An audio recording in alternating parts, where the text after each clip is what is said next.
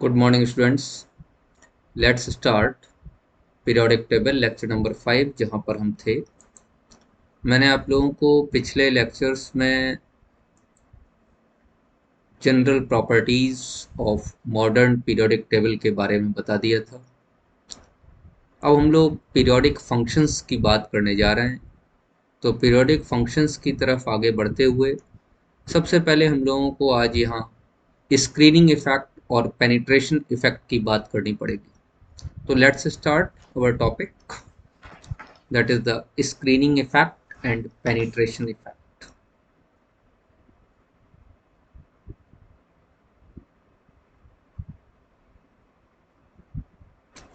Screening effect, this is also known as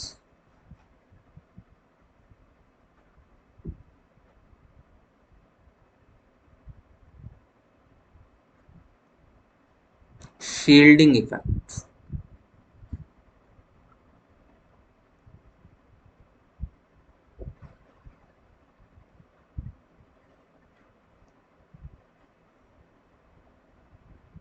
क्या होता है स्क्रीनिंग इफेक्ट, जरा ध्यान से देखिए। मान लीजिए ये एक न्यूक्लियस, इस न्यूक्लियस में इधर बाहर शेल्स में इलेक्ट्रॉन्स अवेलेबल हैं।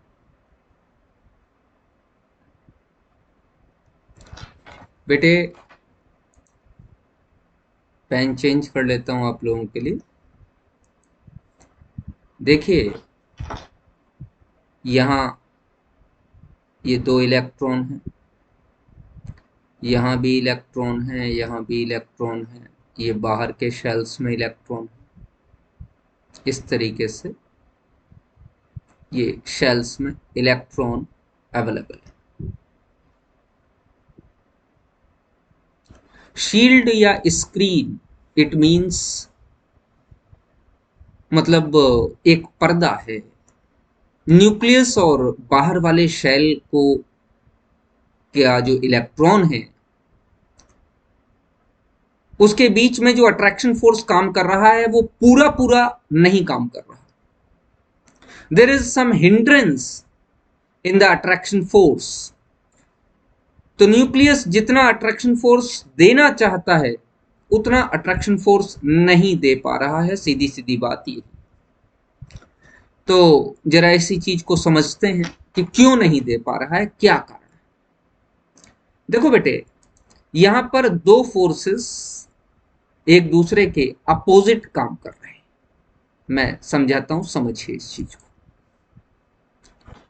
पहला फोर्स जो काम कर रहा है वो हर इलेक्ट्रॉन न्यूक्लियस को अट्रैक्ट कर रहा है। ठीक है, ये इलेक्ट्रॉन का भी अट्रैक्शन न्यूक्लियस पे पहुंच रहा है और ये इलेक्ट्रॉन का भी अट्रैक्शन न्यूक्लियस पे पहुंच रहा है। हर इलेक्ट्रॉन न्यूक्लियस को अट्रैक्ट करने की कोशिश कर रहा है। न्यूक्लियस भी हर इलेक्ट्रॉन को अपनी अट्रैक्शन पावर दे रहा है।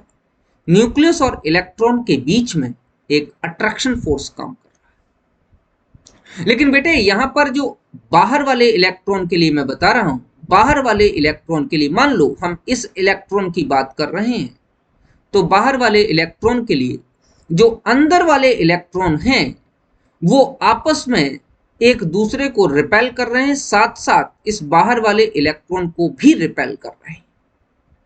तो इसका मतलब हो गया कि न्यूक्लियस के साथ जो अट्रैक्शन पावर थी वो अट्रैक्शन पावर थोड़ी सी कम हो जाएगी, क्योंकि अंदर के इलेक्ट्रॉन रिपल्सन फोर्स क्रिएट कर रहे हैं। तो due to the repulsion force of the inner electron, मैं लिख सकता हूं due to the repulsion force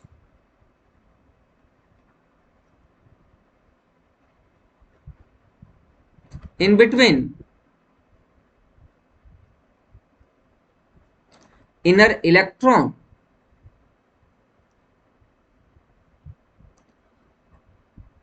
the outer electron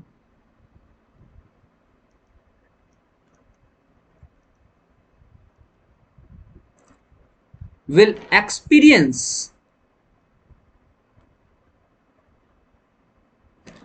somewhat lesser attraction force.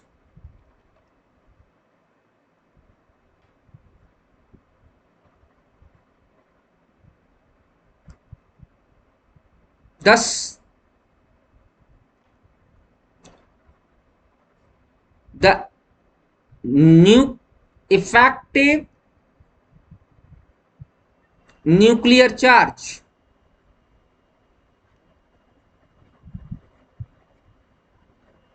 will be, लिख देता हूं यहां पर, Z effective is equal to Z, that is nuclear charge, atomic number, minus sigma, and this sigma is the screening constant. This is sigma known as screening constant.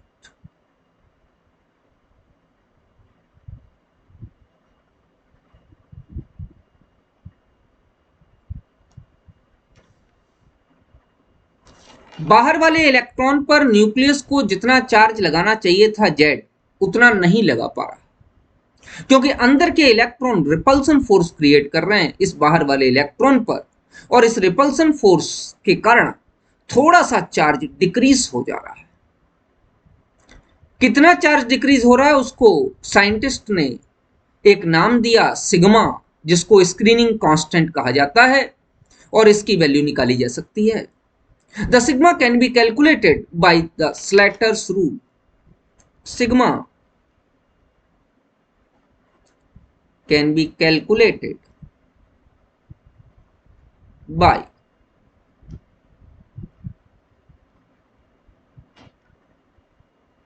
Slater's rule. Slater's rule से हम लोग sigma की value calculate कर सकते हैं। ये बता सकते हैं कि कितना जो है चार्ज जो पहुंचना चाहिए था उसमें से कितना कम हो गया, नेट चार्ज कितना बाहर वाले इलेक्ट्रॉन तक पहुंच रहा है, इसकी वैल्यू हम लोग यहां से निकाल सकते हैं। अब जरा ध्यान से देखिए क्या हो जाएगा।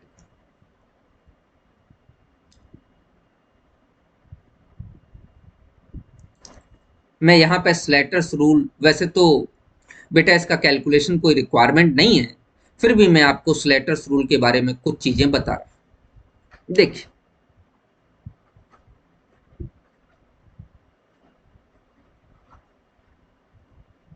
Slater's rule,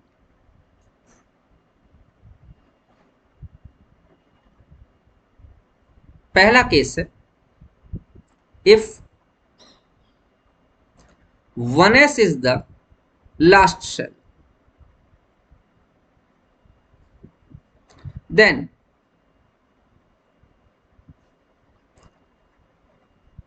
the value of sigma for inner electron will be 0.30. It is only applicable to helium. जैसे मैं हीलियम की बात करूं, हीलियम 1s2 है बेटे, तो 1s2 में लास्ट वाले इलेक्ट्रॉन को इनर इलेक्ट्रॉन रिपेल करेगा, तो जेड इफेक्टिव की वैल्यू अगर मैं निकालना चाहूं तो that will be equal to Z is 2 minus sigma, sigma एक इलेक्ट्रॉन के लिए, क्योंकि दो ही इलेक्ट्रॉन थे तो अंदर वाला इलेक्ट्रॉन बाहर वाले को रिपेल कर रहा है, तो उसके लिए आ जाएगी 1 into 0.30, that is comes out to be 1.7। तो ध्यान दीजिए, Z2 था, 2 का चार्ज क्रिएट होना था, लेकिन जो चार्ज डेवलप हुआ लास्ट वाले इलेक्ट्रॉन पे वो सिर्फ 1.7 था, तो that is somewhat there is a decrease due to sigma, due to the inner repulsion force of the electrons. This is known as the effective nuclear charge. इसी का नाम Z effective या effective nuclear charge है। कि क्योंकि उतना nuclear charge create नहीं हो रहा जितना क्रिएट होना चाहिए था। क्लियर बात समझ में आ रही? ये मैंने पहला बताया। अब मैं आपको सेकंड बता रहा हूं, देखिए जरा ध्यान से। रूल नंबर 2, रूल नंबर 2 ये कह रहा है कि ऑल द इनर, क्योंकि इनर इलेक्ट्रॉन ही रिपेल करेंगे, एनएस एनपी इलेक्ट्रॉन्स या जितने भी एन में आने वाले इलेक्ट्रॉन है, एनएसओ एनपीओ एनडीओ जितने भी हो electrons will have the value of 0.35 for each electron.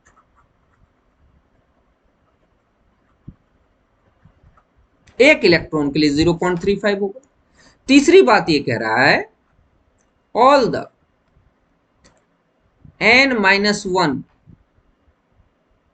electrons will have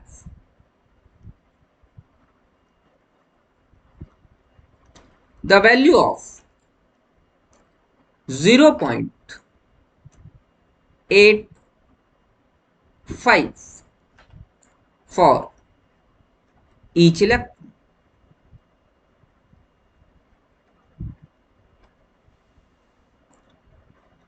n-1 जितने भी इलेक्ट्रॉन हैं उन सब के लिए जो वैल्यू होगी वो 0.85 होगी। अच्छा, और जो फोर्थ है मैं एक आध दो निकाल के दिखाता हूं आपको। फोर्थ वाला रूल भी लिख लीजिए। All the inner n-2 electrons will have the value of 1.0 for each electron। ये वैल्यू जो बताई जा रही है ये वैल्यू सिग्मा की बताई जा रही है। हर इलेक्ट्रॉन के लिए जो है कितनी कितनी वैल्यूज होंगी। ध्यान दीजिएगा, एस और पी ब्लॉक एलिमेंट्स के लिए तो यही वैल्यू काम करती है। डी ब्लॉक एलिमेंट्स के लिए 0.85 वाली वैल्यू नहीं काम करती, और डी के लिए इनर जितने भी इलेक्ट्रॉन्स होते हैं उनके लिए रूल नंबर 4 ही काम करता है। तो चलो कुछ एक आध दो पॉइंट मैं आपको निकाल के दिखाता हूं जिससे कि आपको समझ में आए।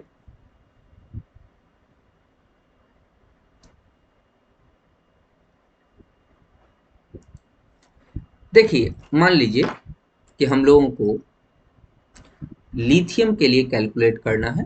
3 है, 1s2 2s1। जेड इफेक्टिव की वैल्यू कैलकुलेट करने के लिए मुझे पहले सिग्मा कैलकुलेट करना पड़ेगा, तो I am calculating the sigma. Sigma कितना हो जाएगा? सिग्मा 2s1 के लिए कैलकुलेट करना है तो इसके इनर में 1s2 इलेक्ट्रॉन है, मतलब n-1। n-1 के लिए 0.85 की वैल्यू होती है, तो वैल्यू हो जाएगी 2 into 0.85। That is comes out to be 2 5 10, 0 carry 1 और 2 8 16 और 1 17, 1.7। तो अगर मैं जेड इफेक्टिव की वैल्यू कैलकुलेट करना चाहूं यहां से, तो that is comes out to be 3 minus 1.7, that is comes out to be 1.3। ये वैल्यू हमारी कैलकुलेट आ जाएगी। इसका मतलब Z3 का लगना चाहिए था, लग 1.3 का। चलिए थोड़ा सा पीरियड में आगे बढ़ते हैं। जैसे मैं बेरिलियम Be4 का कैलकुलेट करना चाहूं सिग्मा, तो दैट इज बी के लिए 1s2 और 2s2 है, 2s2 में एक इलेक्ट्रॉन लास्ट वाले के लिए कैलकुलेट करना है, तो एक इलेक्ट्रॉन 2s में प्रेजेंट है जो रिपेल करेगा, और दो इलेक्ट्रॉन 1s में प्रेजेंट है जो रिपेल करेंगे। तो इसके लिए अगर मैं कैलकुलेट करना चाहूं तो वो कैलकुलेट हो जाएगा मेरा, इनके लिए हो जाएगा बेटा 2 इंटू 0.85, और इस इलेक्ट्रॉन के लिए हो जाएगा प्लस 1 इंटू 0.35। तो that is comes out to be, ये हो जाएगा 1.70 और ये हो जाएगा प्लस 0.35। टोटल अगर आप कैलकुलेट करोगे तो ये 5 0 कैरी 1 2.05 का सिग्मा आ जाएगा। और अगर आप जेड इफेक्टिव का वैल्यू कैलकुलेट करना चाहते हो तो that is 4 minus 2.05, that is comes out to be 1.95. It means when we move from left to right, the value of Z effective is increasing. चलिए भैया आगे इसी तरीके से बोरॉन में कैलकुलेट कर लो बेटे, that is comes out to be 5 1s2 2s2 and 2p1। 2p1 के लिए कैलकुलेट करना है तो 2s2 में दो इलेक्ट्रॉन प्रेजेंट हैं, 1s2 में दो इलेक्ट्रॉन प्रेजेंट हैं, तो इसके लिए सिग्मा की वैल्यू ये n-1 हो गया, तो सिग्मा की वैल्यू कैलकुलेट करने के लिए 2 इंटू 0.85 ये आ गया, प्लस ns में दो इलेक्ट्रॉन प्रेजेंट हैं इसलिए 2 इंटू 0.35 ये वैल्यू भी आ जाएगी। तो that is comes out to be 1.70, ये तो ये आ जाएगी, बोलो भैया, और ये आ जाएगी 0.70, तो 0.70 ये आ जाएगी, तो दैट इज इक्वल टू 4 और ये आ जाएगी जो है 2.40। तो अगर मुझे जेड इफेक्टिव की वैल्यू कैलकुलेट करनी है तो that is comes out to be 5 minus 2.40, तो that is comes out to be 2.60। तो जेड इफेक्टिव बोरॉन में जाने पे और बढ़ गया, मतलब मैं ये कह सकता हूं कि लेफ्ट टू राइट जाने पर जेड इफेक्टिव की वैल्यू लगातार इंक्रीज कर रही है। ये मैंने ऊपर आपको रूल लिखा दिए, इन रूल से आप कैलकुलेट कर सकते हैं। मैंने तो एक आपको एग्जांपल दे बता दी बेटे, इसके कैलकुलेशन की अब रिक्वायरमेंट नहीं है, स्लैटर्स रूल पूछा नहीं जाता, फिर भी मैं आपको कैलकुलेट करके दिखाई दे रहा हूं कि इस तरीके से आप इसको कैलकुलेट किया जा सकता है। तो जेड इफेक्ट की वैल्यू लेफ्ट टू राइट जाने पर क्या होती चली जाती है बेटे, लगातार इंक्रीज करती चली जाती है, लेकिन अप टू डाउन जाने पर स्लाइट इंक्रीज के बाद कांस्टेंट हो जाती है। तो ये मैं नीचे लिख के दे रहा हूं आपके लिए, बाद बाकी आप कैलकुलेट कर सकते हैं घर पर। देखिए ध्यान से,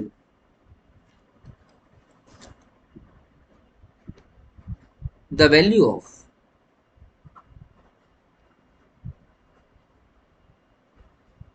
Z effective increases when we move from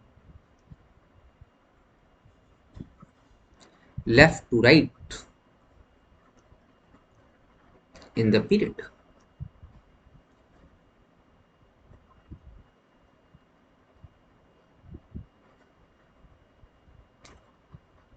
The value of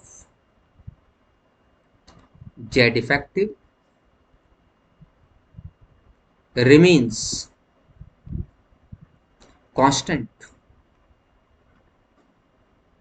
in the group when we move from up to down in the group।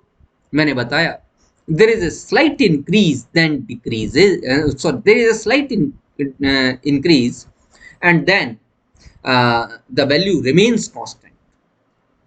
Exactly जो सेकंड थर्ड पीरियड में थोड़ा सा चेंज है वही चेंज है, बाद बाकी नीचे कोई चेंज नहीं होता, इसलिए इसको रिमेन कांस्टेंट माना जाता है। तो ये ध्यान रखिएगा कि when we move from left to right in the period the value increases, but when we move from up to down in the group the value of Z effective remains constant. Z effective value हमेशा क्या रहती है बेटे, constant ही रहती है आपकी। अच्छा, अब ऑर्डर निकाल लीजिए स्क्रीनिंग इफेक्ट का। देखो बेटा एस नियरेस्ट है और एस जो है अगर हम देखें तो पूरी तरीके से सिमेट्रिकल है, स्फेरिकली सिमेट्रिकल है। तो अगर मैं एस ऑर्बिटल की बात करूं तो एस इज स्फेरिकली सिमेट्रिकल। यहां से पूरा तरीके से स्फेरिकली सिमेट्रिकल इसका शेप है। इसका S is spherically symmetrical.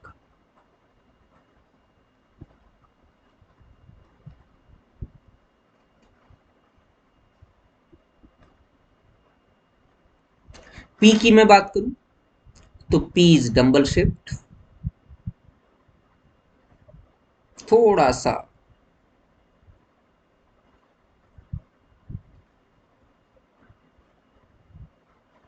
Shape change है। ये पी डम्बल शेप्ड आपको दिखाई दे रहा है, थोड़ा बड़ा भी है और सिमेट्रिकल भी नहीं। पी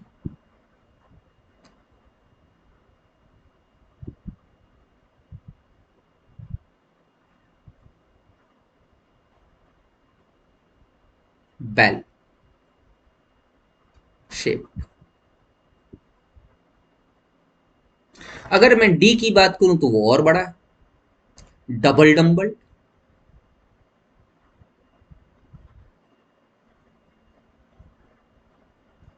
इस तरीके से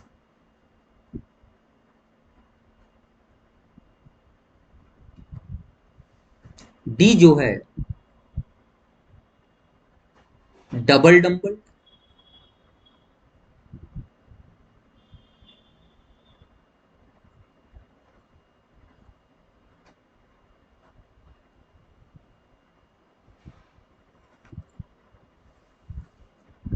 और अगर मैं एफ की बात करूं तो एफ तो वैसे तो बेटे 2D पे बनाया नहीं जा सकता, और अगर मैं बनाना चाहूं तो उसमें 3 डम बेल आ जाएंगे।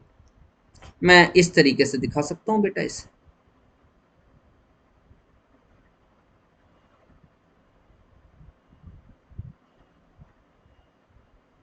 एक,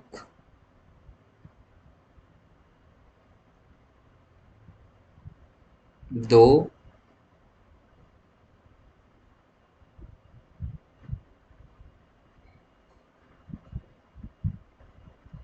तीन। मोर डिफ्यूज्ड स्टेट, ये एफ ऑर्बिटल है।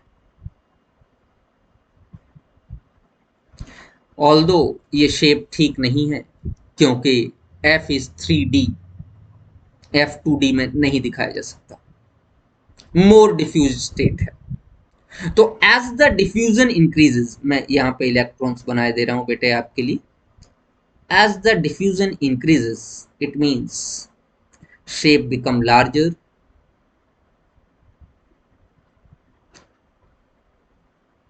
more diffused f orbital, then the screening will be less. As the size and diffusion increases, the screening regularly decreases. तो अगर मैं order of screening effect की बात करूं, order of screening effect की बात करूं तो बेटा s ऑर्बिटल में स्क्रीनिंग, जो इलेक्ट्रॉन s में होंगे उनकी स्क्रीनिंग सबसे ज्यादा होगी, उसके बाद p की, उसके बाद d की, और उसके बाद f की। तो this is the order of screening effect for the electrons. अब मैंने आपको यहां पर स्क्रीनिंग तो बता दी। अब एक चीज और कि पेनिट्रेशन इफेक्ट क्या होता है, जरा ध्यान से देखिए। पेनिट्रेशन और स्क्रीनिंग में एक स्लाइट डिफरेंस है। स्क्रीनिंग मतलब रोकना, किसी भी जो सब्सटेंस, जो अट्रैक्शन फोर्स काम कर रहा था उसको रोक रहा था। एक पर्दा है, एक स्क्रीन है जो कि न्यूक्लियस के अट्रैक्शन को रोकने की पावर रखता है। पेनिट्रेशन क्या चीज है, ध्यान दीजिए।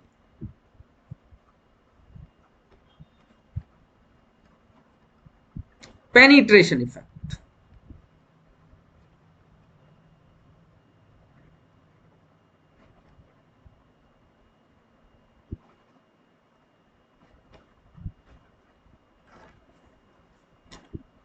the power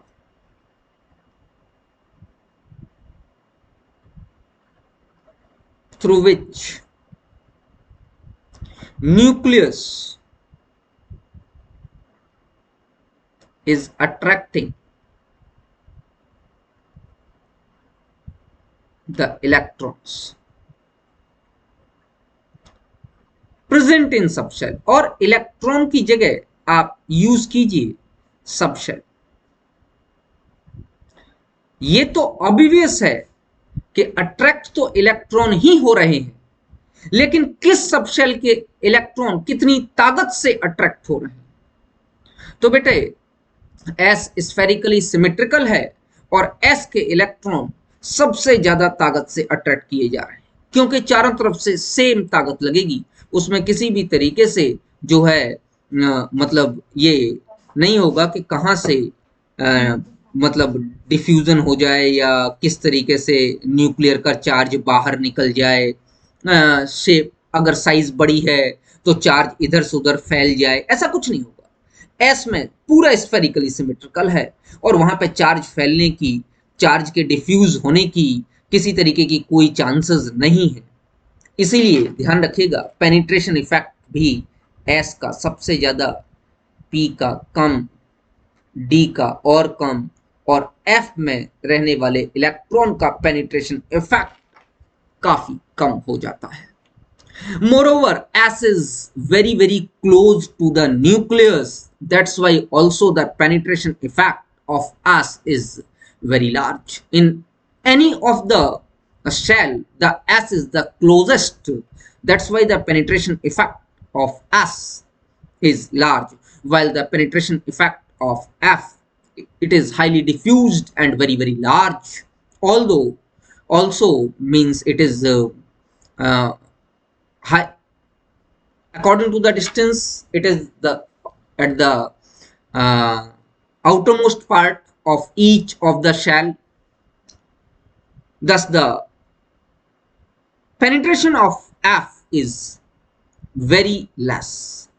तो यहां ये दो इफेक्ट हैं, देखने में एक जैसे दिखाई देते हैं कि स्क्रीनिंग और पेनिट्रेशन, लेकिन ये दोनों ही इफेक्ट बिल्कुल अलग अलग है। स्क्रीन मतलब न्यूक्लियस के चार्ज को रोकना, और पेनिट्रेशन मतलब न्यूक्लियस कितनी ज्यादा ताकत से, कितनी ज्यादा पावर से, कितनी ज्यादा अट्रैक्शन से जो है इलेक्ट्रॉन को पकड़ने की कोशिश कर रहा है, मतलब उस शेल को पकड़ने की कोशिश कर रहा है। Although electrons are present in the shell, तो उस शेल को पकड़ने की कोशिश कर रहा है, इसको पेनिट्रेशन इफेक्ट कहा जाता है।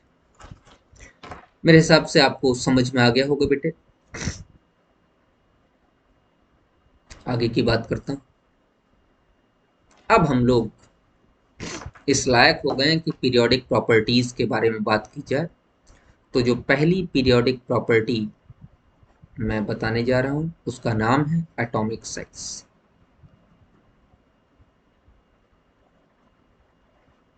या इसी को कहते हैं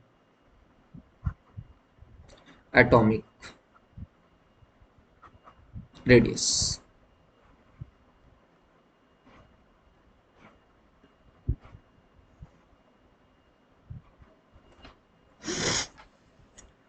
एटॉमिक रेडियस का क्या मतलब है? एटॉमिक रेडियस का मतलब है ये न्यूक्लियस है और इस न्यूक्लियस के बाहर ये इस तरीके से आप शेल बना लीजिए। तो अगर मैं इस तरीके से न्यूक्लियस के बाहर में शेल बनाता हूं तो ये बाहर वाले शेल में जो इलेक्ट्रॉन है, अंदर तो इलेक्ट्रॉन है ही, उसकी मैं बात नहीं कर रहा। न्यू रेडियस की जब कभी भी हम बात करेंगे तो अंदर वाले इलेक्ट्रॉन की बात क्यों करें? रेडियस का मतलब तो होता है बाहर वाले इलेक्ट्रॉन तक। तो बाहर वाले इलेक्ट्रॉन तक जो डिस्टेंस है, यहां से यहां तक की जो डिस्टेंस है, वो डिस्टेंस एटॉमिक रेडियस कहलाएगी। ये डिस्टेंस कहलाएगी R, that is atomic radius. लेकिन बात तो ये है कि जो इलेक्ट्रॉन है वो किसी पाथ पे तो किसी फिक्स्ड पाथ पर तो रोटेट कर नहीं रहा, कोई फिक्स्ड लाइन तो है नहीं, इसीलिए। और इलेक्ट्रॉन का वेव नेचर हम जानते हैं, डी ब्रोगली हाइजेनबर्ग समझा चुके हैं कि it has the wave nature. तो इसका मतलब कोई भी एक फिक्स पोजीशन, कोई भी एक इसके लिए इलेक्ट्रॉन के लिए देखना कि यहाँ पर इलेक्ट्रॉन है, ये बड़ा मुश्किल है। तो अगर मुश्किल है तो कोई भी फिक्स्ड रेडियस एटम के लिए निकाल लेना, ये भी बड़ा मुश्किल है। दूसरी बात ये है कि यार एटम साइज में इतना छोटा है कि उसके लिए रेडियस कैलकुलेट करना कोई बहुत आसान बात तो होगी। तो सीधी सीधी बात तो यह है कि atomic radius can not be calculated. Atom का रेडियस कैलकुलेट नहीं किया जा सकता। बिल्कुल एग्जैक्ट सही बात मैं आपको बता दे रहा हूं कि we can not calculate the atomic radius, we can only predict the approximations. हम लोग सिर्फ अप्रोक्सीमेशंस के बारे में बात कर सकते हैं, हम लोग एटॉमिक रेडियस के बारे में कोई बात नहीं कर सकते। तो अगर एटॉमिक रेडियस के बारे में बात नहीं कर सकते तो फिर एटॉमिक साइज के बारे में बात जो कर रहे हैं वो क्या बात है, ये समझना जरूरी है। मैंने कहा कि हम लोग सिर्फ अप्रोक्सीमेशंस को लेके चल सकते हैं, हम एग्जैक्ट एटॉमिक रेडियस को निकालने की कोई भी बात नहीं कर सकते। तो यहाँ पे जो मैं मेन 3 चीजें आप लोगों को बताने जा रहा हूँ जो हमारे साइंटिस्ट ने अप्रोक्सीमेशंस लगाए हैं, उनमें पहला है कोवेलेंट रेडियाई,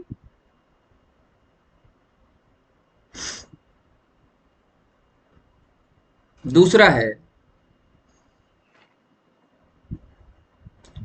मेटालिक रेडियाई,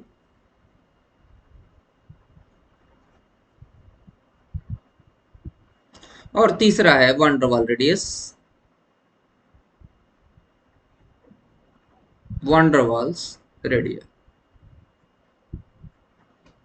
ये 3 अप्रोक्सीमेशन साइंटिस्ट ने हम लोगों को बताए, जिनके बेसिस पर हम थोड़ा सा एटॉमिक रेडियस के बारे में बात करें। वैसे तो मैं बता चुका आपको कि बेटे एटॉमिक रेडियस कैलकुलेट नहीं किया जा सकता।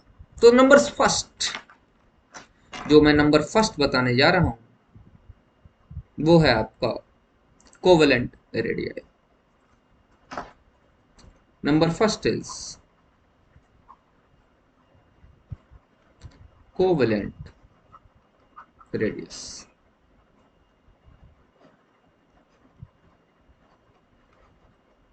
It is the half of the internuclear distance between two covalently bonded atoms and is mainly calculated for non-metals। Mainly इसको नॉन मेटल्स में कैलकुलेट किया जाता है। मान लीजिए कोई मॉलिक्यूल है, let us the molecule is A2। तो अगर A2 कोई मॉलिक्यूल है तो उस A2 मॉलिक्यूल में A और A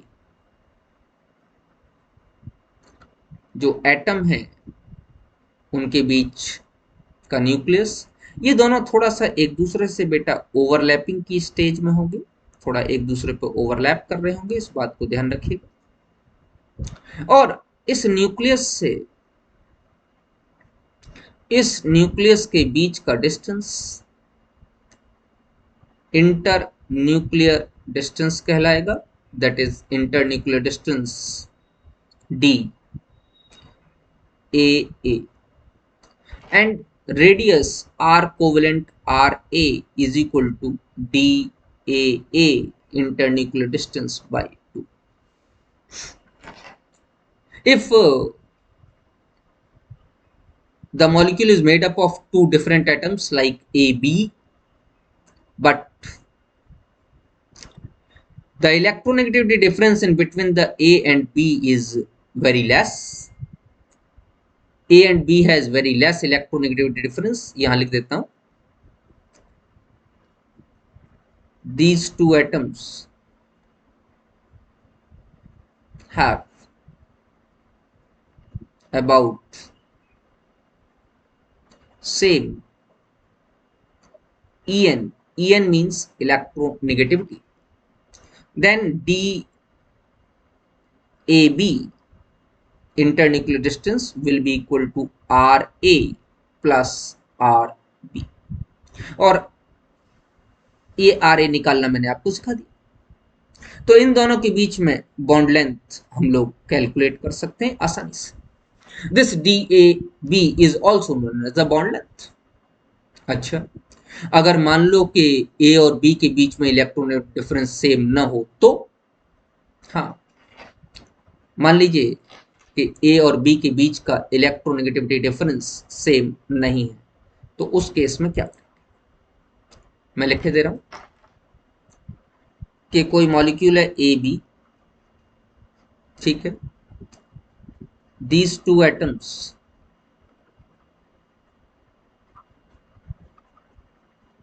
have large difference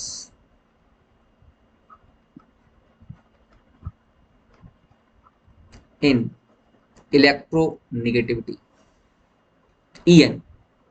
The electronegativity is represented by the symbol chi. Then the DAB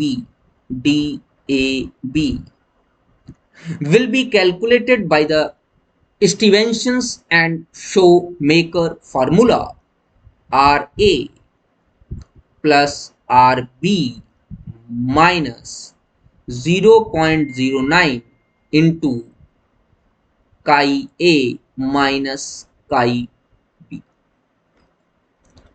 where chi A is the En of A and chi B is the electronegativity value of B. This formula is known as Stevenson's formula.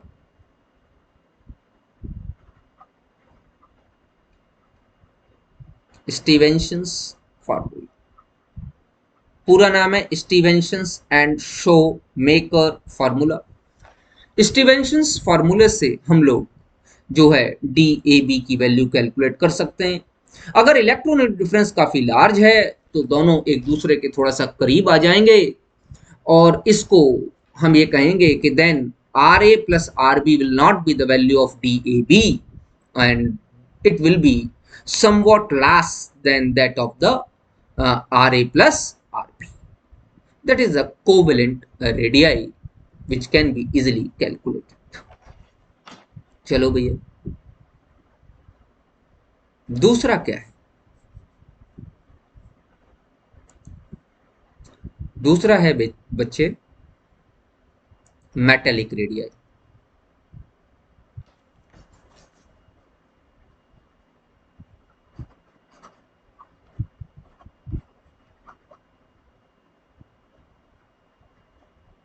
Metallic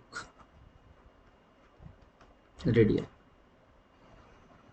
और metallic radii में आप जानते हैं कि electron सी model जो दिया गया था उसमें मेटल के कर्नल्स और इलेक्ट्रॉन्स ग्लू का काम कर रहे हैं, क्रिस्टल स्ट्रक्चर डेवलप हो रहा है। मेटल्स में ओवरलैपिंग नहीं हो रही, सिर्फ ये एक दूसरे को टच कर रहे हैं। तो अगर आप मेटेलिक रेडियाई निकालना चाहो तो इन मेटल के जो बीच का डिस्टेंस है that is the internuclear distance D, उसके बीच का डिस्टेंस का हाफ, ठीक है। मेटल है, मेटल को मैं M से रिप्रेजेंट कर रहा हूं, कोई भी मेटल है, और ये वैल्यू इंटरन्यूक्लियर डिस्टेंस DMM है। तो metallic radii RM will be equal to DMM by 2। अब चूंकि यहां पे ओवरलैपिंग नहीं हो रही है तो R metallic will be greater than that of the R covalent. R metallic की वैल्यू थोड़ी सी ज्यादा। And the third point is van der Waal radii।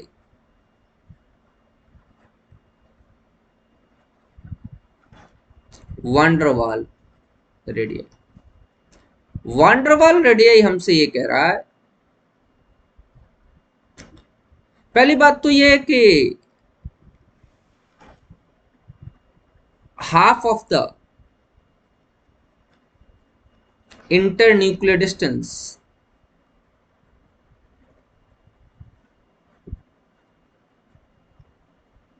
between two non-bonded atoms of two nearest molecules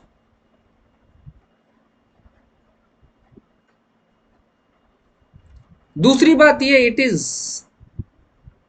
calculated in solid state.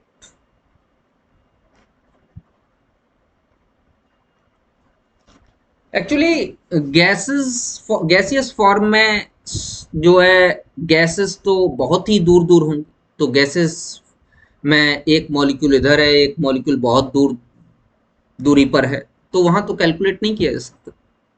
तो इसको solid phase में ले आया जाता है। तो दो मॉलिक्यूल को जब आप पास पास लाओगे तो एक डिस्टेंस पे जाके अब वो मॉलिक्यूल पास पास नहीं आएंगे। अब उनमें रिपल्सन इतना ज्यादा हो जाएगा, अगर अब आपने उनको पास पास लाने की कोशिश की तो वो दूर भाग जाएंगे एक दूसरे से।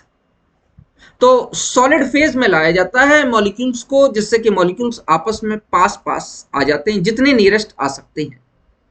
उनके दो नॉन बॉन्डेड एटम्स के बीच के डिस्टेंस को हाफ कर लिया जाता है, तो वो van der Waal radii हो जाता है। जरा मैं निकाल के दिखा रहा हूं, ध्यान से देखिए।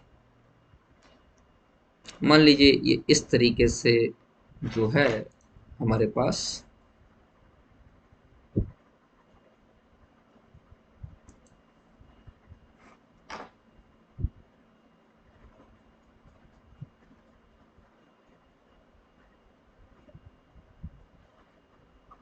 A B,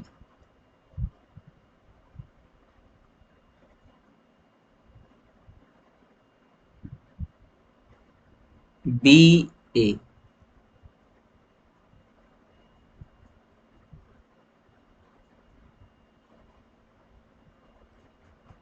A B. अब देखिए इस बी और इस बी ये नियरेस्ट है, नॉन बॉन्डेड है, इनके बीच का distance D B B.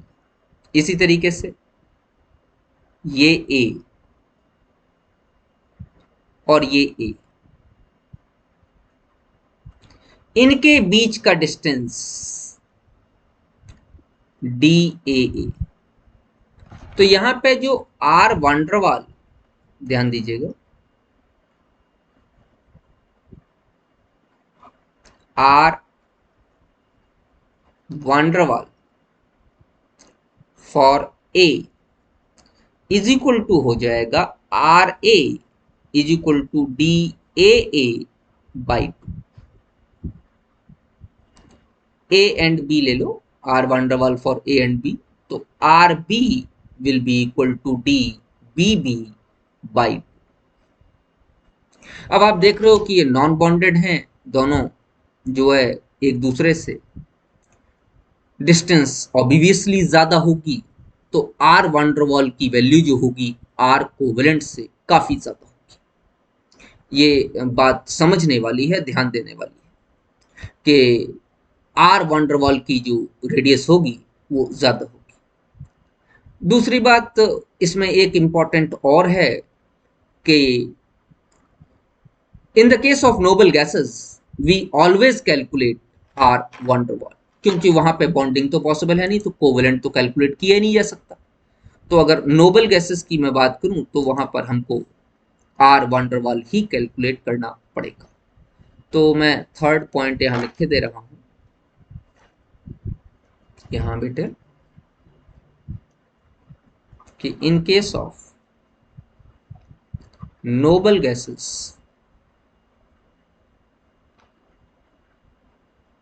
we always calculate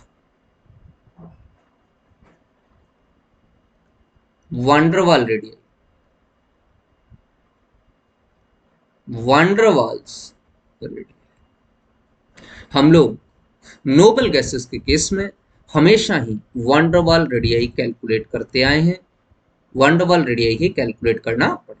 second था हमारा मेटेलिक और थर्ड था हमारा van der Waal रेडियाई। बेटा आज मैंने आप लोगों को एटॉमिक रेडियाई के बारे में कुछ बातें बताई। अभी इसके बारे में कुछ चीज़ें समझना और ज़रूरी है, हम अपने नेक्स्ट लेक्चर में उसको आगे बढ़ाएंगे। तब तक आप लोग पढ़िए और घर पर अपना ख्याल रखिए, ठीक है।